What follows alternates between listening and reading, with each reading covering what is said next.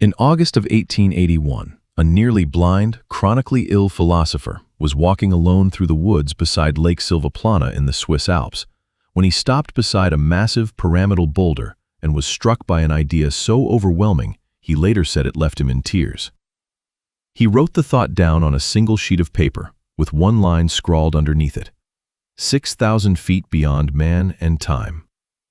The philosopher was Friedrich Nietzsche, and the idea that hit him that afternoon was not a new argument or a clever line for a book.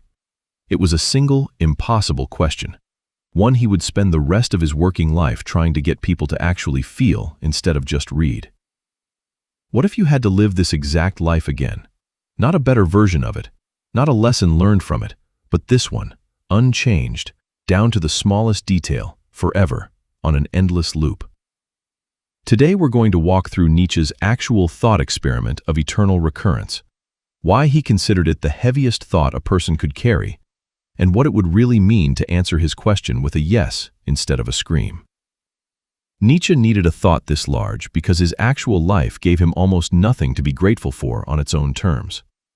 By 1881, he had already resigned his university post in Basel due to migraines that could confine him to a dark room for days, eyesight so damaged he sometimes wrote by feel, and a stomach that rejected most food he tried to eat. He had no wife, no steady income beyond a small pension, no permanent home, just a yearly circuit between cheap rented rooms in Switzerland and Italy, chasing whatever climate his body could tolerate that season. If any philosopher had grounds to hope for a different life next time around, it was him. Instead, that summer beside the lake, he arrived at the opposite demand. Not a better life, but the courage to want this one again, exactly as lived, without a single detail removed. He later described that walk in Ecce Homo as the moment the fundamental conception of his whole late philosophy arrived at once, unplanned, uninvited. What he called the highest formula of affirmation that can possibly be attained. Not a theory he built up slowly through argument, but an idea that seized him whole in a single afternoon and then had to be unpacked, book by book, for the rest of his working life. 1. The demon's question. Nietzsche first stages the idea not as a philosophical proof, but as a scene, almost a ghost story, in a short passage from the Gay Science titled The Greatest Weight. Nietzsche wrote, "What if some day or night a demon were to steal after you into your loneliest loneliness and say to you, 'This life as you now live it and have lived it, you will have to live once more and innumerable times more, and there will be nothing new in it, but every pain and every joy and every thought and sigh and everything unutterably small or great in your life must return to you, all in the same succession and sequence.'" Notice what the demon is not offering. No correction, no do-over, no chance to fix the mistake you're still replaying. Every argument you lost, every year you wasted, every decision you regret making, back, unedited, on repeat, forever. Nietzsche then asks the only question that actually matters here. How would you receive the demon? He wrote that you might throw yourself down and gnash your teeth and curse the messenger who brought you this news. Or, he says, you might once have felt a moment so complete that you'd answer instead, "You are a god, and never have I heard anything more divine." Nietzsche doesn't pretend the question is a light one to sit with. He adds, almost as a warning to the reader rather than a flourish, if this thought gained power over you, as you are, it would transform and possibly crush you. That line matters as much as the demon's speech itself. He is not describing a pleasant mental exercise you try once and file away. He's describing something closer to a diagnostic weight test for an entire life, one most lives, examined honestly, are not currently built to survive. 2. Not a science lecture, a mirror. It's worth being precise about what Nietzsche is not claiming here, because people regularly misread this as a cosmology lesson, some literal physics theory about the universe looping through identical cycles of matter across infinite time. He toys with versions of that argument in his private notebooks, But the published, working version of the idea is something else entirely. A test he hands you, not a fact he's proving about the stars. Nietzsche wrote that the real question is, how well disposed would you have to become to yourself and to life to crave nothing more fervently than this ultimate eternal confirmation and seal? That's the actual instrument. Not, is the universe a loop, but how would you have to be living, right now, for the loop to be good news instead of a life sentence? Picture running the demon's question against an ordinary week instead of a whole life, the argument you still feel guilty about, the promotion you turned down out of fear, the relationship you let quietly starve because leaving it felt harder than staying. Run each one back on an eternal loop, and something becomes obvious fast. Some choices you'd defend to the demon's face. Others you'd only be able to survive telling yourself, at least it's over now. Which the demon has just informed you is precisely the one comfort you no longer get. This is also why the thought experiment does real work, even for someone who thinks the cosmology is nonsense and says so out loud. You don't have to believe time literally loops for the test to land, any more than you have to believe a scale is judging your character to notice what it says about your weight. The mechanism is psychological, not astronomical. The question forces a person to stop grading a choice by whether they can move past it, and start grading it by whether they'd choose it again, knowing there's nowhere left to move past it. 3. The gateway called moment. Nietzsche gives the idea its clearest image 2 years later, in Also Sprach Zarathustra, in a chapter called On the Vision and the Riddle. Zarathustra is climbing a mountain path, dragging a dwarf, the spirit of gravity, who keeps whispering that every effort is pointless. Zarathustra stops at a gateway and describes it to the dwarf. Two paths meet here, one stretching backward into an eternity behind them, one stretching forward into an eternity ahead, and above the gate, a single word is carved: moment. Nietzsche wrote, "From this gateway, moment, a long eternal lane runs back, and eternity lies behind us. Must not all things that can run have already run along this lane? Must not all things that can happen have already happened, been done, run past?" The image is doing careful work.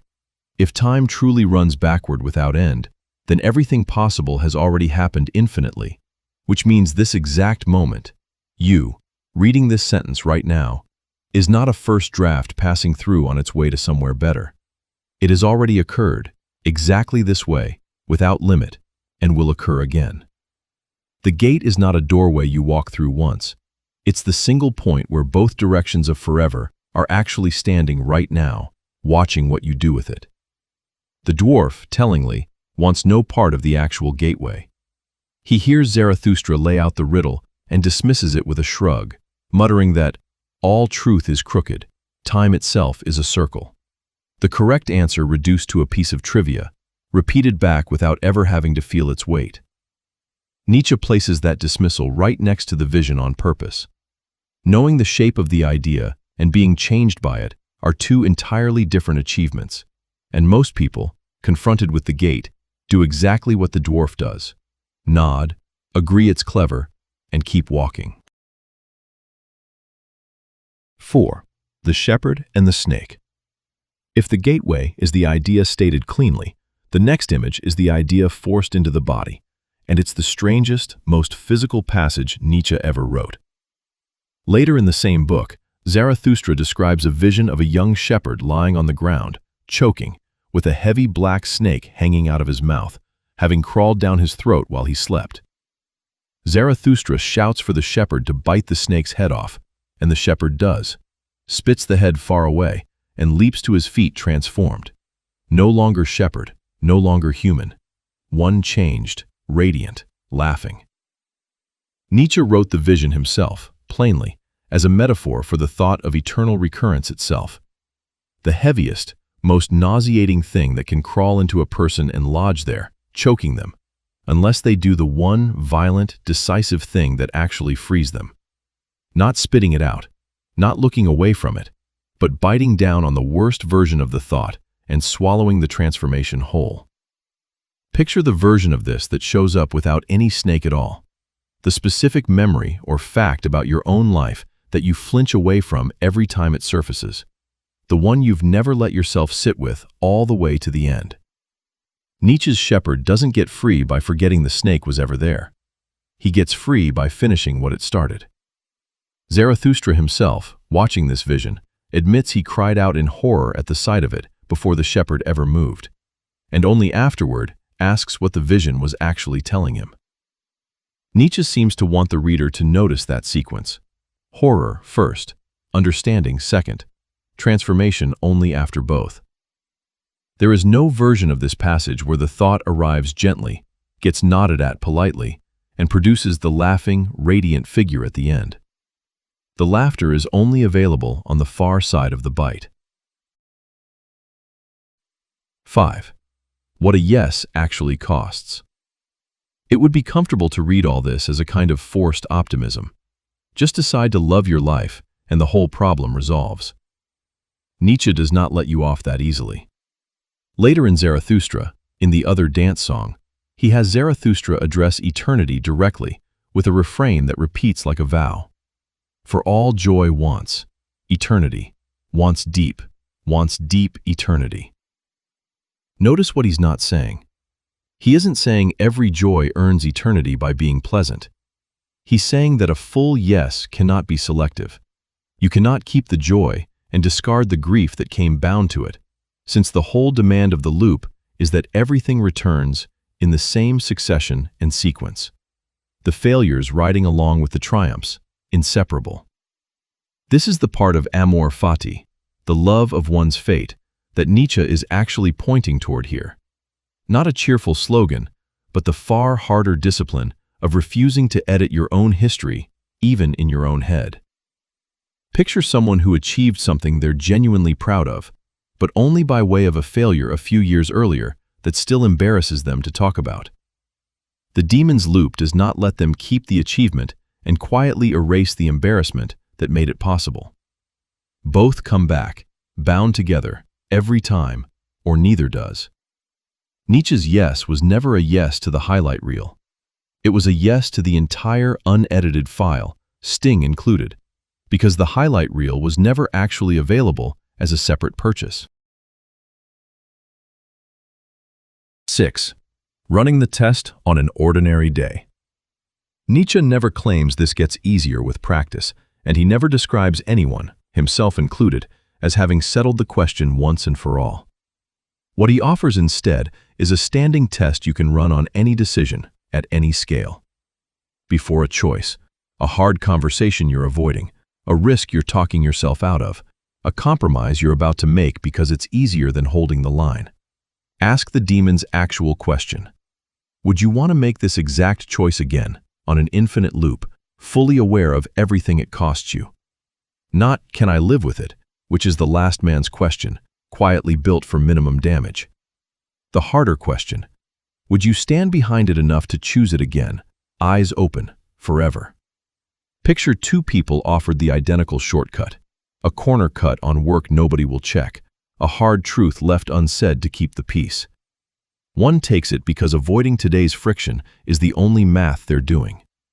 The other runs it through the gateway first, pictures the choice returning eternally exactly as made, and finds they can't actually stand behind it on those terms. So they choose the harder, honest option instead, not out of guilt, but because it's the only version they could survive wanting again. This is also why the test works better as a filter run before a choice than as a verdict handed down after one. Run afterward, it curdles into regret, which Nietzsche has no real use for. Regret still wants a different, edited past, the very thing the demon refuses to grant anyone. Run beforehand, the same question becomes something closer to a compass. Not, will I be able to live with this? But, would I be willing to want this exact outcome, forever, before I've even seen how it turns out? So the demon Nietzsche imagined beside that lake in 1881 was never really asking about cosmology, and he was never offering comfort either. He was handing you the heaviest scale he could invent and asking you to weigh your actual life on it, one choice at a time, with no exit clause and no do-over built in anywhere. Most people, he suspected, would hear the demon's proposal and want to curse him for it. That reaction was never the failure. The failure would be refusing to ask yourself the question at all, and drifting instead through a life built entirely out of choices you're quietly hoping never come back around. Nietzsche wasn't asking you to become a different, braver person by tomorrow morning. He was asking something narrower and more immediate. The next time you're standing at a small, ordinary gateway called this exact moment, deciding what to do with it, would you want to stand there again, the same way, forever? If the honest answer is no, that's not a fact about the universe. That's information about the life you're currently building, and the one piece of it you still have time to change before the loop closes on it for good.